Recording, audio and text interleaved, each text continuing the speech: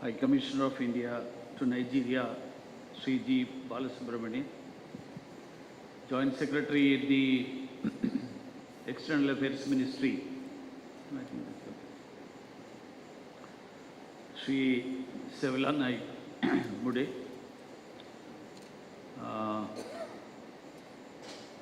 ladies and gentlemen, good evening and namaskaram to all of you. Let me offer my greetings to the vibrant Indian community in Nigeria on the occasion of the 75th year of India's independence, Azadi Ka Amrit Kal. I am pleased to visit this beautiful country again and meet all of you. I remember that 3 years ago in 2019, when I visited this country, there was a get-together, and many of you would have been there present in that during that occasion also. Many of you have been here in Nigeria for a long time, even several decades, and have made Nigeria as your karma bhumi. Let your relationship with your Matrabhumi as strong as ever. I have been informed by our High Commissioner that all of you have participated in full vigor and enthusiasm in the events as part of Azadi Ka Amrit Mahotsav celebrations. My congratulations and appreciation to you all. Africa has been given a special place in India's foreign policy under the leadership of Prime Minister Narendra Modi. Nigeria and many African countries are in the priority list of India. There have been regular exchange of visits at top level. During the last 3 years, I had the opportunity to visit almost 20 countries in Africa to further deepen the engagement. We have increased our diplomatic presence in Africa in a big way since 2014. Presence of a vibrant Indian diaspora is an asset. In fact, the Prime Minister says that the diaspora is our living bridge, which connects India with the rest of the world. You have been the real Rashtradoot. Here there is a Rajdoot, but you have been the Rashtradoot, living among the local population, creating employment opportunities to the Nigerian families, contributing to the economy of the adopted country, and thereby upholding the image of India. I am delighted to note that Indian-owned or operated companies are the largest employer in Nigeria. Next to the federal government of Nigeria. During my interactions with the Nigerian leadership, I have been informed about your stellar contributions to Nigeria, and let me take this opportunity to congratulate you for the contributions that you have been making to the Nigerian economy and thereby making India proud. Presence of Indians has been valued by the Nigerian people and the government over the years. While the government of India had started building their defense training establishments as early as 1960s, Indian entrepreneurs and Indian teachers had made their presence felt. There is a generation of Nigerian people who have had Indian teachers in their schools and colleges. The goodwill generated has a long-lasting impact, which still allows India to attract students to choose India as a study destination. Scores of them have been to India to study, both long-term and short-term. These alumni include the Nigerian president who has done a course at the Wellington Staff College, the current Air Chief, as well as many others in public life, civil service and citizens. This is a unique bond that India and Nigeria share. The government on its part continues to strengthen this bond through high-tech courses, study in India programs, ICCR scholarships, e-Vidya Bharati schemes, etc., etc. The last 2 years have been difficult owing to the unprecedented COVID-19 pandemic, which saw a complete change in the outlook for most of us. Government of India, under the leadership of Prime Minister Narendra Modi ji, had initiated several welfare measures for the Indian citizens within the country and those across the world. The government launched the largest evacuation program named Vande Bharat, bringing back lakhs of stranded Indians back to their home and to their loved ones.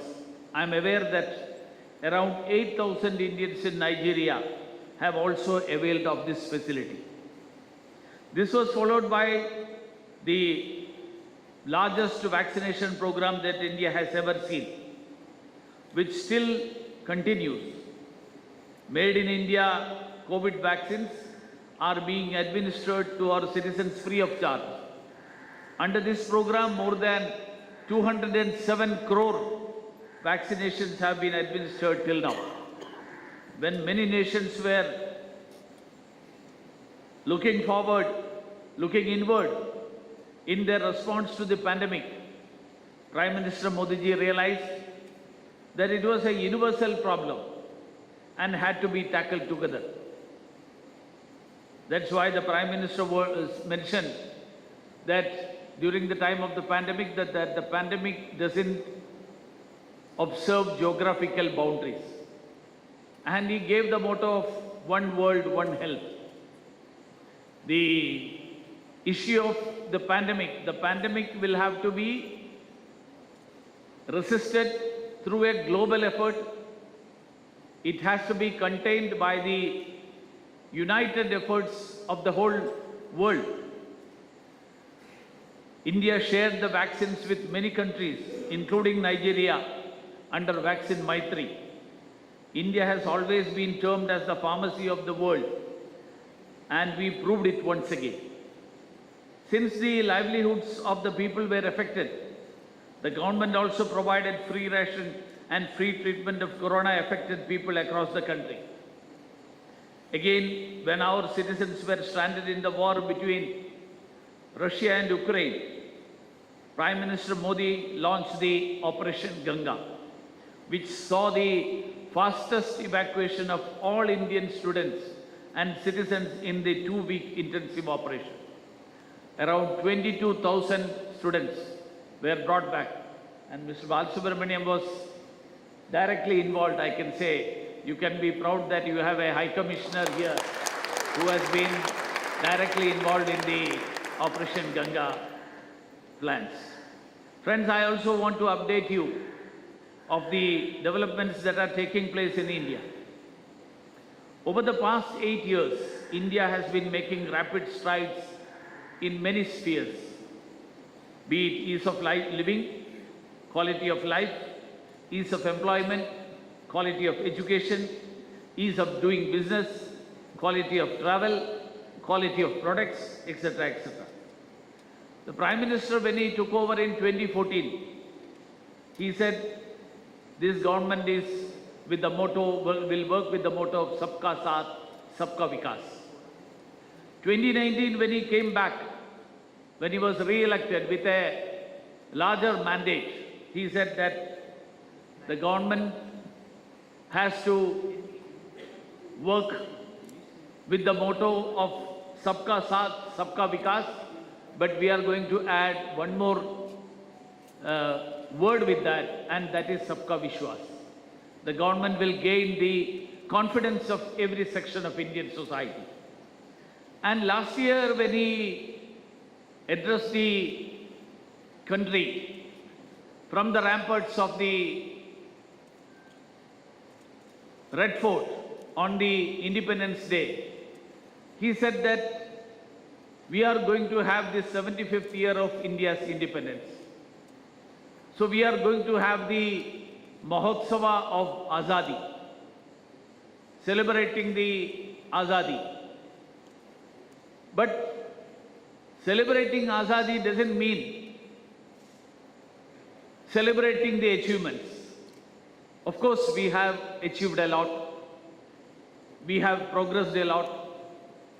1947, when we gained independence, to 2021, when we complete 74 years, India has come a long way. But then he reminded the Indians that we need to be reminded of the dream that our forefathers had about India. Those who laid their lives for gaining independence of India, what aspirations they might have had, whatever the dreams they had, what is the vision that they had of an independent India. And then he said, even though we have come a long way, we are yet to realize the dream of our forefathers, the vision that those great men and women who laid down their lives for gaining the independence of the country, that vision, to realize that vision, at least by the time when we turn 1 century of India's independence, that is by 2047. He said that to achieve that, let us pledge ourselves that in the coming 25 days, let us strive to see that India achieves or reaches that position. India realizes that vision of our forefathers, of our founding fathers, of those men and women who laid down their lives for gaining the independence of this country. And then he said, the coming 25 years should become the transformation years of transformation of the whole country. And he termed it as Amrit Kal of India. And to gain that 2047, the place where the position that we need to achieve, he said, the effort cannot be made. The effort is not possible only by the efforts of the government, but through the combined efforts of the government and the people of this country. So he mentioned that I am giving one more motto to Sabka Saath, Sabka Vikas, Sabka Vishwas, is that Sabka Prayas also should be there. Efforts of every citizen, that's required for India to realize, India to become the real global leader. India was once considered to be a global leader centuries ago. That's why from across the world, the people came to India, flocked to India. Vasco da Gama didn't come by accident. Many of the foreigners who came to India, they came in search of India, which was considered to be a glorious part of the whole world. People came to India in search of knowledge, to Nalanda, to Takshashila, to Vikramshila. Those were the places of learning, when rest of the world were not that much, or I would say, where the light of knowledge had not spread to many parts of the world. They came in search of the light of knowledge to India.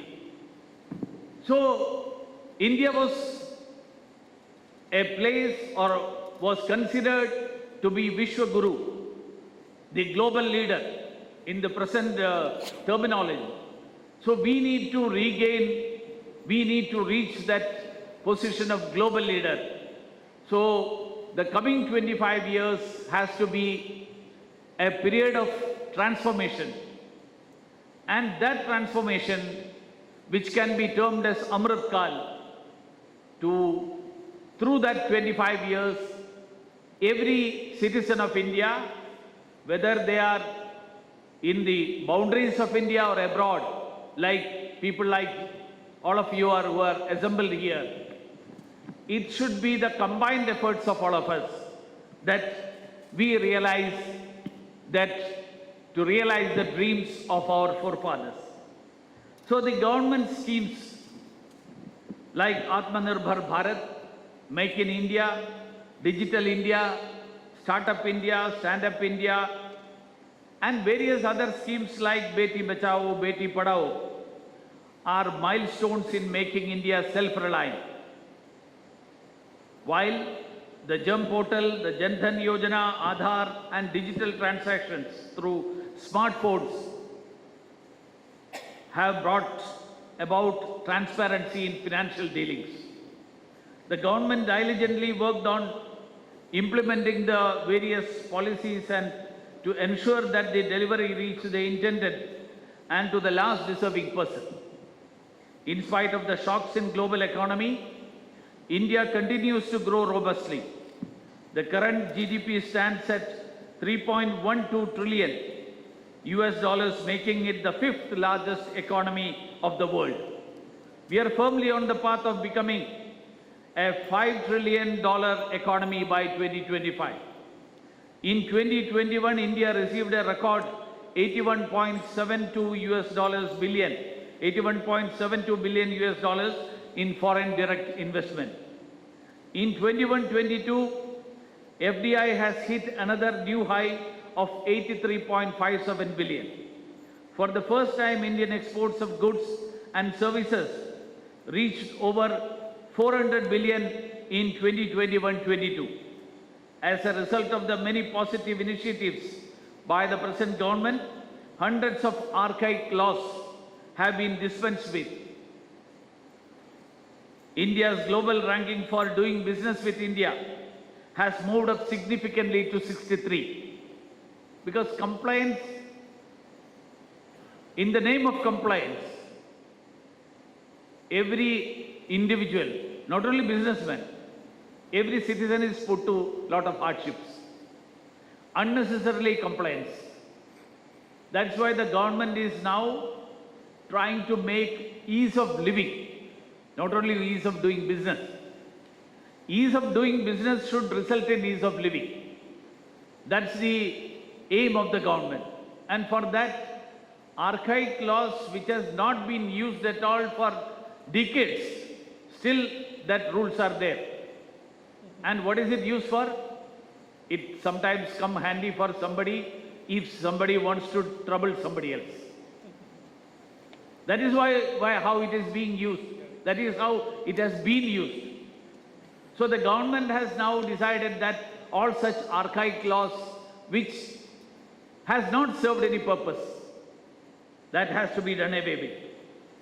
India has the largest young aspirational population and is the fastest growing market economy.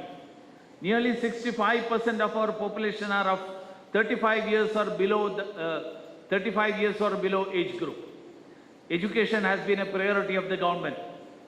Right to education has been made as a fundamental right. New education policy revolutionizes the system to make it universal and inclusive. We have made strides in the nuclear and space fields. India today is a leading player in IT and in the Industrial Revolution 4.0. In India now we have a unicorn every 10 days. 5,000 patents are being filed every month. Today India is the only big economy which has delivered in letter and spirit on the Paris commitment. India is making every effort with determination and hard work to produce positive outcomes. India is at number 4 in the world in installed renewable energy capacity. The non-fossil fuel energy has reached 40% of our energy mix.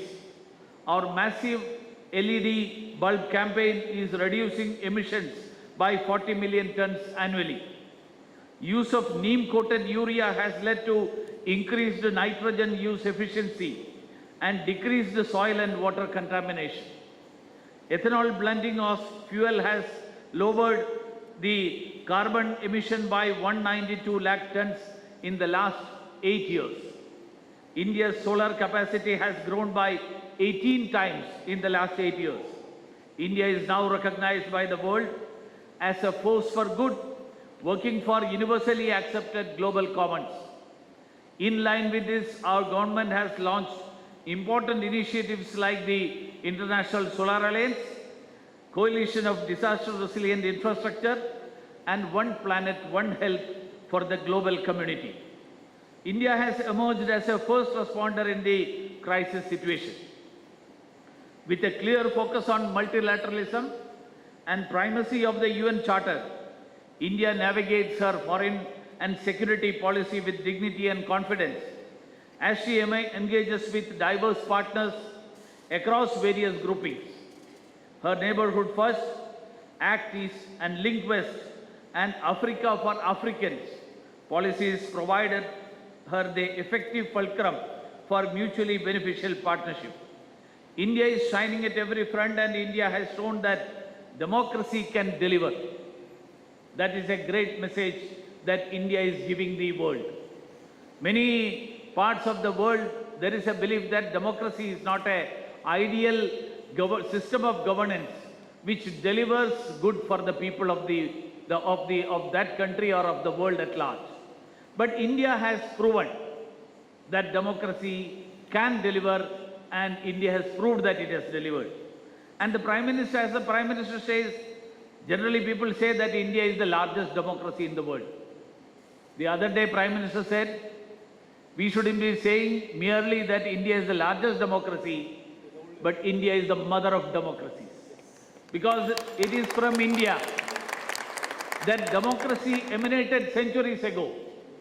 In Karnataka, there are many, I will not go into the details, then it will become lengthy. There are many examples with us of our ancient times when the world hadn't understood, hadn't heard about democracy, we had democracy in practice. So we can rightly say that India is not only the largest democracy, but the mother of democracy.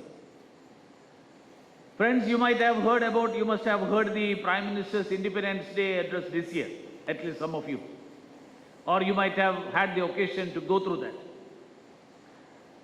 Last year he mentioned, as I told you, he mentioned that the next 25 years we need to have Sabka Prayas.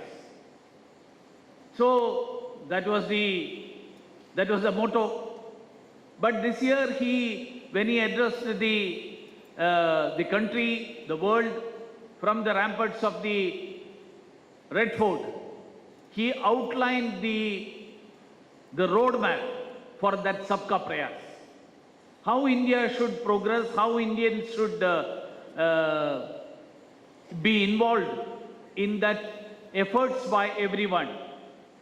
So in which he listed 5 pledges for the countrymen. He called them as Pancha Prana of Amrit Kal. 5 resolves, 5 vows, as we head into the next 25 years leading up to the centenary celebrations for India to be a developed nation.